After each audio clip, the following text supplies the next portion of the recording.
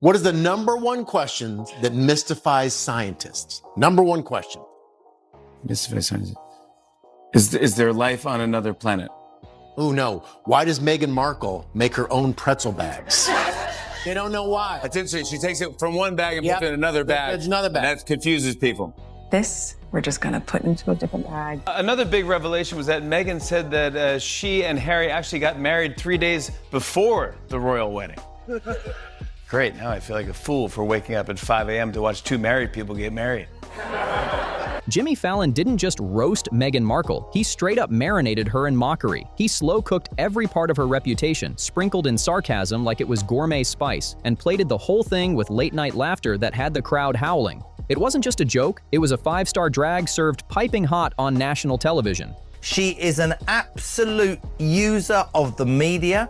She uses every conceivable way to try and play the victim and score points. I've already settled it for myself, so flattery and criticism go down the same drain, and I'm quite free. The one person who I think has been really happy about all of this is Prince Andrew. The one person who I think has been really happy about all of this is Prince Andrew. I'm guessing that he has been nudging the royal family. Can you believe what Meghan did, huh? Can you believe it? If Meghan thought Netflix pulling the plug on her overhyped projects was humiliating, she clearly wasn't ready for this kind of kitchen heat. Fallon took her messy brand drama and flipped it into comedy gold, breaking it down piece by piece until there was nothing left but awkward silence from her camp and wild applause from his audience. Every punchline felt like a reminder that the world's patience with her woe is me act is running out fast. And the numbers don't lie. She's now ranked the second most disliked celebrity in the world. I read that Harry and Meghan met on a blind date. Here's how they planned it. Meghan was like, I'll be wearing a blue shirt. And Harry was like, I'll be Prince Harry. That's not just embarrassing, that's brutal. Even the studio audience couldn't hide it. People are choking on all that royal seasoning she keeps trying to serve, and nobody's buying it anymore. When a late-night host can tear through her entire public image in just one segment, you know the downfall has gone from drama to comedy show spectacle. And Fallon wasn't swinging solo. Oh no, the joke chain reaction was instant. Later in the press conference, a reporter asked Trump about Meghan Markle, and this is what he had to say about her. I'm not a fan of hers, and she probably has heard that, but I wish a lot of luck to Harry, because he's going to need it. Wow. Who had Meghan Markle on their random Trump insults bingo card? Anyone? If you're keeping track, Meghan Markle's got beef with the Queen of England and the President of the United States. Stand-up comics, talk show hosts, and even the wildest meme accounts online jumped on Meghan and Harry like they were the ultimate buy one, get one free deal in the bargain bin of celebrity punchlines. It's like every comedian out there suddenly realized the couple had basically written the script for their own humiliation, and now the whole world is cashing in on it. The woman who destroyed her in-laws' family, whose own family doesn't like her, whose the in-laws obviously don't like her, the public doesn't like her. She seems to be one of the more vindictive, sort of nasty figures in public life. Here's the crazy part. This isn't just some quick one-liner throwaway anymore. Fallon didn't settle for a little jab in passing. He took their entire royal soap opera, flipped it upside down, drenched it in late-night sarcasm, and blasted it out to an audience that exploded with laughter like they'd been begging for this moment for years. Every smirk, every clap, every burst of laughter was like a verdict on how the public really feels about this royal rebellion. This is a dangerous person. I don't like her. That's what everybody says. Yeah. Everybody who works for her quits. Everybody says she's a bully. She's very nasty. Not only is she incredibly controlling, but she's a bitch about it to everybody who works for her. When things inevitably start spiraling downward, she blames everyone but herself. And you better believe Meghan is feeling that sting. Because when the jokes stop being random and start turning into full-blown comedy specials at your expense, that's when you know your brand's collapsing in real time. It's the kind of humiliation that makes a media strategy look more like a bad improv routine. Did you guys see this? Meghan Markle announced that her As Ever product line sold out in under an hour. It's strange when you marry a prince and you're the breadwinner of the family.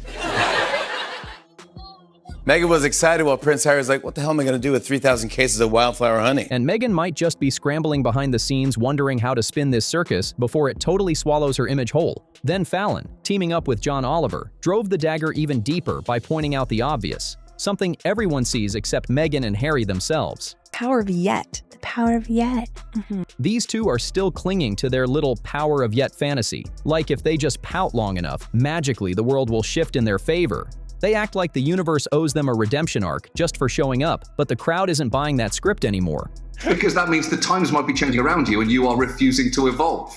So I don't think they will change because I don't think they have the capacity to, but they obviously should. Fallon didn't let it slide. He twisted the knife with precision, saying flat out that the power they need isn't yet, it's change. Growth, adaptability, learning when to evolve. That's what real players do when the spotlight gets harsh. But Meghan and Harry, they're frozen in place, stuck on repeat, performing the same tired victim lines as if the world hasn't already heard it 100 times before. And not shown to the public. I think that would have a lot of truths in it about Meghan and the bullying allegations or the revolving door of staff that she churns through, that she's had to sign NDAs. I mean, I don't want to listen to this woman about truth because the fact of the matter is she's a constant liar. Her whole brand is built on a spin of lies, and I don't trust a word that woman says. So I think that it is very, very low of her to insinuate that we should listen to her truth or she wishes that other members of the royal family told truth. And that's exactly why the public has stopped seeing them as rebels shaking up tradition.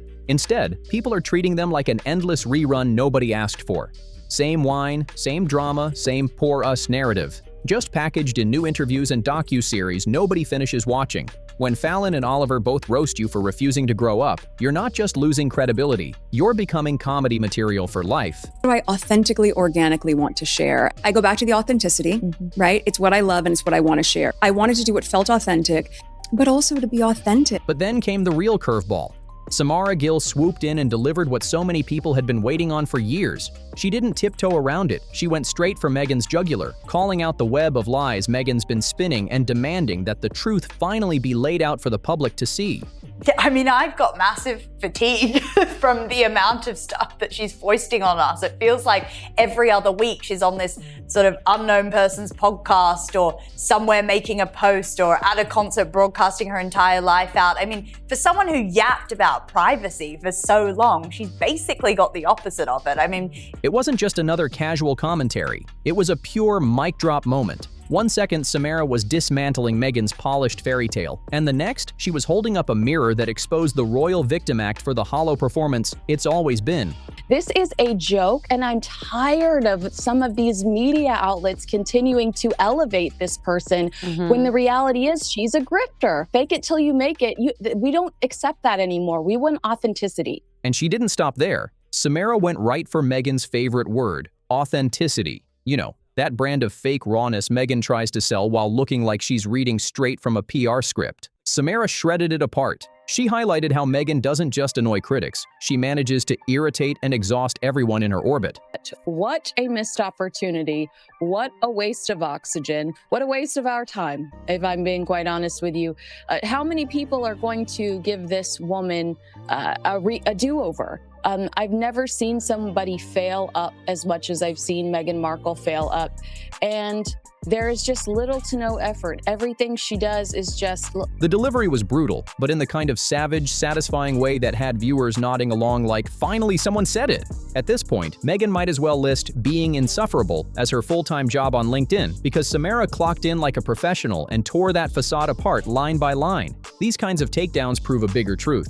People have gotten elite at roasting Meghan's carefully curated reality. The Duchess tried to write herself as a global inspiration, but more and more voices like Samara's are turning that glossy image into the punchline of the decade. At this point, it feels like every single interviewer is peeling back Meghan's glossy layers, exposing her real colors one clip at a time. You're marrying the monarchy. What did you think it was going to be like? Well, I didn't do any research about what that would mean. You didn't do any research? No. I've never looked up my husband online. What? And next in line, Kinsey Schofield, a commentator who doesn't miss a beat when it comes to spotting contradictions. She cut straight to the heart of the problem, pointing out the massive gap between the image Meghan tries to shove in front of cameras and the messy reality hiding underneath. And this gap isn't small. It's so wide it practically flips the entire narrative on its head. Kinsey went full roast mode, flat out saying Meghan's presence itself proves how badly she fumbled an opportunity most people could only dream about. Also, while you're Googling, you might want to try the combo Andrew, Island, and Epstein. Let's be real. Marrying into royalty hands you a platform so powerful it could have been used for groundbreaking work, real influence, and global change. But instead of turning it into something meaningful, Meghan managed to botch it spectacularly, all while countless hardworking people can't even get close to that kind of shot. The waste is staggering, and Kinsey didn't hold back on saying it. And she wasn't the only one catching this. No, I really am a middleman for jars of jam and tiny yogurts. What? He works for Meghan Markle. Yes. Really tiny jams, harvestable jams. Yes, exactly. Made from the oils of Montecito. If Jimbo Reynolds wasn't dead, I would say he is Meghan Markle. Adjacent. What Kinsey called out has been noticed by others too, including Megyn Kelly, who has repeatedly highlighted the same inconsistencies in Meghan's act. The way they act, everything has been, abused by the public, by the press, by the royal family. So much in love. Move on. Get a life. Move on. And they just can't seem to, because their living is by telling their truth on the royal family. That's how they make their living. That's the danger for Meghan now. The critiques aren't coming from tabloids anymore. They're coming from respected voices who see straight through the performance. Piece by piece, interview by interview, the facade is crumbling, and Meghan's brand is starting to look more like a cautionary tale than a fairy tale. And Megyn Kelly nailed it. Hard. She made it crystal clear that Meghan Markle hasn't truly earned a single thing under her own name. Every ounce of status, every platform, every opportunity she flaunts comes directly from the royal title she once pretended to walk away from. Meghan Markle, the only thing she found was a rich, famous husband. If that's what constitutes being a founder, then sure, Meghan Markle's a founder. She found a mansion in Montecito to live in. She found a sit-down interview with Oprah to bash and shank her in-laws and accuse them of racism. But founding, putting your name on some cheap jellies, jams, and dog biscuits, I don't know, sounds like a fall from grace for me. Megyn Kelly served that truth in the most savage, brutally roasted way possible, and it stuck. But then, the roast game leveled up when Stephen Colbert decided to jump into the arena. The Late Show host tore Meghan apart with one of the funniest reality checks yet, mocking her claim that she didn't know what she was signing up for. Really? The woman who says she never Googled Harry, the same one who acted shocked at having to curtsy to the Queen, now she's surprised that castles come with the package too? Colbert practically had the audience in tears as he cracked, "What's next? She'll say she didn't know the royal family lived in castles?" The room erupted, and just when it seemed like he'd dropped the mic, Colbert went the extra mile. He roasted Meghan's infamous, "I never looked up my husband online" line with a cutting dose of reality. Then, he handed her a fake homework list of royal figures she should have Googled. Yes, right alongside Harry, just to finally understand what she was signing up for. The whole bit turned Meghan's "I had no idea" act into full-blown comedy gold. Colbert didn't just mock her ignorance. He exposed it for what it really is, a carefully staged act meant to play dumb while pulling sympathy. And instead, he turned it into one of the sharpest late-night takedowns Meghan has ever faced. Let me introduce this thing called Google, okay? Over there, I think it's called Lori. It's full of useful information. For instance, turns out your husband knew Princess Di. That might have been a hint that this was going to be a rough gig. And there it was. Stephen Colbert didn't just roast Meghan, he devoured her whole. He ate her up with precision, roasting her to the absolute core. That's what happens when you start running your mouth without doing the homework. You get burned so badly the fire department should be on speed dial. Meghan's so-called authenticity act didn't just fizzle, it backfired so loud it turned into a comedy siren for the whole world to hear. Oh, and if you don't Google things, you're the only person I can show this to. It's a cat who plays the electric piano. You had to be there. In 2007. But if you thought that was peak comedy, buckle up because the roast parade didn't stop there. Ryan Reynolds, yes, the Deadpool king of sarcasm himself, decided to take a swipe at Meghan's never-ending drama. And right behind him came Conan O'Brien, the master of late-night chaos, tossing his own barbed one-liners into the mix. Together, they treated Meghan's brand like a luxury fruit basket that had gone sour. What was supposed to be organic and classy came off more like a PR smoothie, spiked with a heavy shot of delusion. And just when you thought the flames might cool down, in strolls Sharon Osbourne onto Piers Morgan's set, tea kettle practically whistling. She didn't just sip the tea, she poured it straight out, wrapping up truths Meghan and Harry tiptoed around like a gift the public had been dying to open. Sharon spelled out what so many suspected and did it with zero hesitation, proving that the only thing really keeping Meghan and Harry's spotlight alive is the scandal, not the substance. And for the grand finale, Jimmy Fallon stepped back up, this time aiming straight at Meghan's so-called cooking show skills. And let's just say, his reaction said it all. Fallon's face looked like he'd just been served Meghan's special, a dish overloaded with self-praise, seasoned with overcooked drama, and served without a single bite of real substance. It was less fine dining and more microwave leftovers dressed up for Instagram. The wild part? That reaction lined up perfectly with the Netflix rankings and what most viewers already felt deep down. No flavor, no spark, no replay value. Why does Meghan Markle make her own pretzel bags? They don't know why. That's interesting. She takes it from one bag and puts it in another bag. There's another bag. That confuses people. They don't know why. Okay, understood. Ready? Understood. Fallon didn't even need to go over the top with his words because the punchline was sitting right there on the plate. Meghan tried to serve herself as the main course, but instead, she got roasted like an underdone entree. Oh my God. Oh my God. Oh, it's like, it's so inauthentic. This is why she was never going to be more than like a D-list actress on a basic cable show. She can't. The one thing she is dying to sell to us is relatability. The one thing she is dying for more than anything is for us to love her and want to be like her. And she can't get it across. At the end of the day, Fallon wasn't just cracking jokes. He was serving cold, hard truth on a silver platter. And honestly, after months of awkward interviews, Netflix flops, and that non-stop self-importance, this was the flavor everyone had been craving. The audience didn't just laugh, they savored it, because Fallon turned Meghan's talent pitch into the punchline she'll never live down. And it wasn't just Jimmy Fallon throwing shade. Every late-night host who dared to poke at the Meghan and Harry saga piled on like it was open season.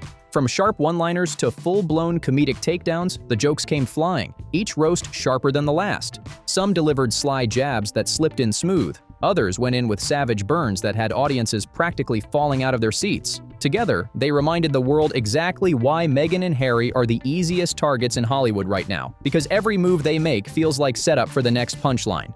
It's become a comedy feeding frenzy, and the more the couple tries to play it serious, the funnier it gets for everyone else watching. No matter the stage, no matter the format, they're walking punchlines, and late-night hosts are feasting on the material like it's the best buffet in town. So if you loved this roast, make sure you smash that like button, hit subscribe, and drop a comment sharing your favorite burn. Was it Fallon's slow cook, Colbert's castle jokes, or Conan's chaos?